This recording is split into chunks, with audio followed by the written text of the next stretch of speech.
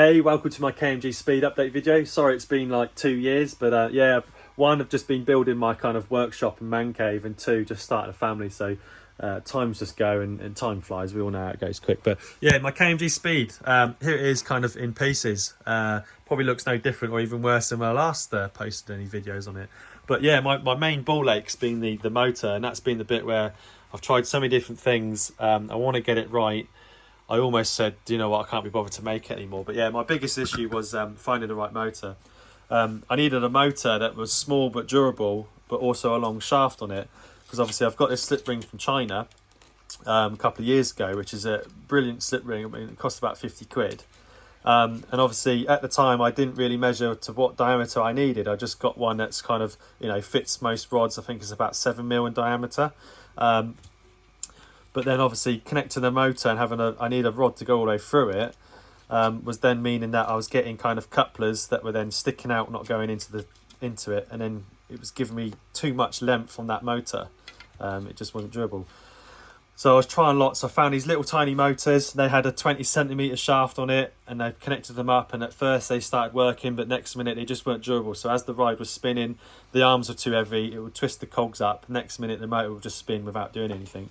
And I don't know why. It's something so simple that I've managed to sort out myself, that was just literally buying these brass couplers, which obviously they're double-ended, but they've got the right inner dimension. And it was just simply filing one side of it away, which then allows it to kind of just nicely fit in there. And then the motor slots on nicely, and it gives the right length on the back of this. Obviously I don't want it sticking out too far. I want it kind of sitting all nice and compact in that part there. But yeah, that sits in nicely there, and that all goes in here.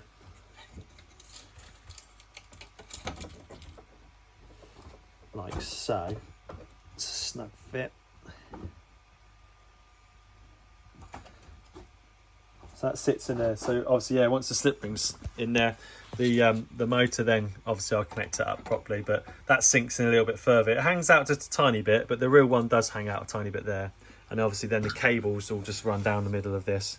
Because there were options. I've seen lots of different models that people have made where they've put a motor in here on a cog and it spins it that way. But then I was like, but how do I access the motor in there? I don't want to be creating hatches. I've also seen where people have like made a chain that goes down and there's a motor at the bottom of the ride and it just spins it. But they're more on the static rides that are up. Obviously I want to make this realistic. Another issue, I've just got another one of these on print at the moment, because I need to extend this piece out here. Because obviously once it's all bolted on now and compact on that new motor, it sits differently than it did on a different motor. And what that was doing is, because it was a little bit too close, the arms, when I was kind of riding it, they would hit the main arm itself. They were a little bit too close to that, so I'm just bringing it out slightly. So they'll come out and sit probably about there. And they're quite solid. They don't move that way. They kind of just move the way they should do. So yeah, that's on print now. And that's why it takes a while, because that's probably about 10 hours there printing. And then obviously when I printed all this, this is in 5 sections and each one took nearly a day to make. So yeah, it's quite long. And obviously people that know 3D printing, sometimes it goes well, sometimes it doesn't go well. You could do a print and then it'll come out and it's completely wrong. You've got to do it again. But I've also been starting the support legs. For now, just seeing how they function and making sure I've got the right kind of size and height of it. And I've also just mocked these up on the old resin printer for now. Once I know it's all kind of functionally working, I'll add detail, because obviously these will have little rams that raise and lower and support the ride itself. And these have handles, but I can add all that towards the end. For now, it's like, let's just, what does it look like? Is it the right size? Does it function? Great. Then move on to the next piece. I'm also making the frame for obviously the flooring extends out sideways. So yeah, just kind of making this, drawing this up and making this. This will go onto some little hinges, which I'm just looking for. That will hinge up. And then obviously there's the side skirts that obviously hinge down as it comes down. So they'll be on a hinge, and then I reckon I'll just magnetise those when it goes up. They'll just magnet into it, they snap in place. So yeah, I've drawn that up. I've got the back supports. Again, they just function as they should do. And then I'll design and draw the detail on this and probably print them off once I know it's like, okay, that's the right size I need. Is it too wide? So yeah, so for now it's just functional. I'm also I've got 2 little mini servos, and I've connected these up to an Arduino board. and then I've done some kind of coding which I've managed to find online to help me, so I can use a controller to then use these two servos to act the same, so they both can go in and out at the same. And what that will do is that will kind of create that little that will create the stairs when it's on the servo. They'll kind of, you know, one arm will go back and forth, and then the steps kind of slide in and out. And I know they sit on like a gas strut, which helps them stay straight when they're coming out and gives them that stability. So I've got all that I need to draw up and design, but I've started that on SketchUp. The other piece that I'm trying to sort out is obviously the hydraulic ram. I've managed to find some pipe that's pretty much the diameter for scale of the hydraulic ram that's on it, and I'm hoping that I can fit, I've got some small mini motors that I can fit those in there with a coupler and a threaded rod, because then I can then kind of create my own actuators with obviously a nut on the end of this one, and that will kind of make that go up and down, and obviously that's just a hollow tube as well. So yeah, I'm just creating that. Hopefully that works, and that will help me raise and lower the main arm as it should do. I'd love to do hydraulics, but I just know that's too expensive. Yeah, I'm trying to do this on as kind of as cheap as possible, because you can obviously throw a lot of money at it, and I don't know if it's going to be fully workable or not, so it's all trial and error.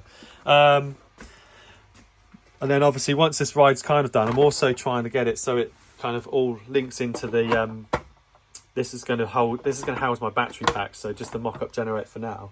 So I've got two 12-volt batteries that sit in here. So yeah, these are able to do different voltage, really good. They're going to sit in there, and obviously the power cables are just going to sit into the battery packs. I've got two little RC smoke exhausts. I'm going to pop one of these in here.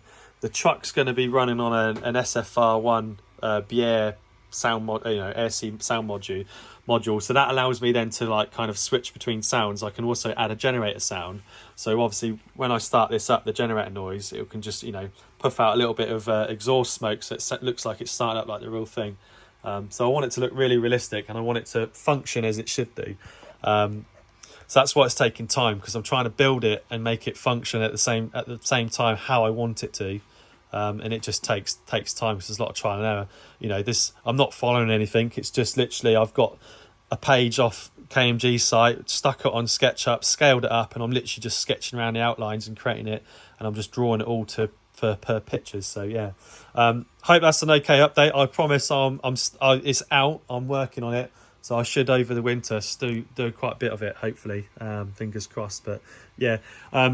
None of it's up for sale. I do apologise. I'm not here to make things to sell it. I'm just here to create the love of making a model. I'm not here for views or anything like that. So yeah, please do enjoy. Any questions, I'm more than happy to help and share how I've created this if anyone wants to start anything. But yeah, thank you.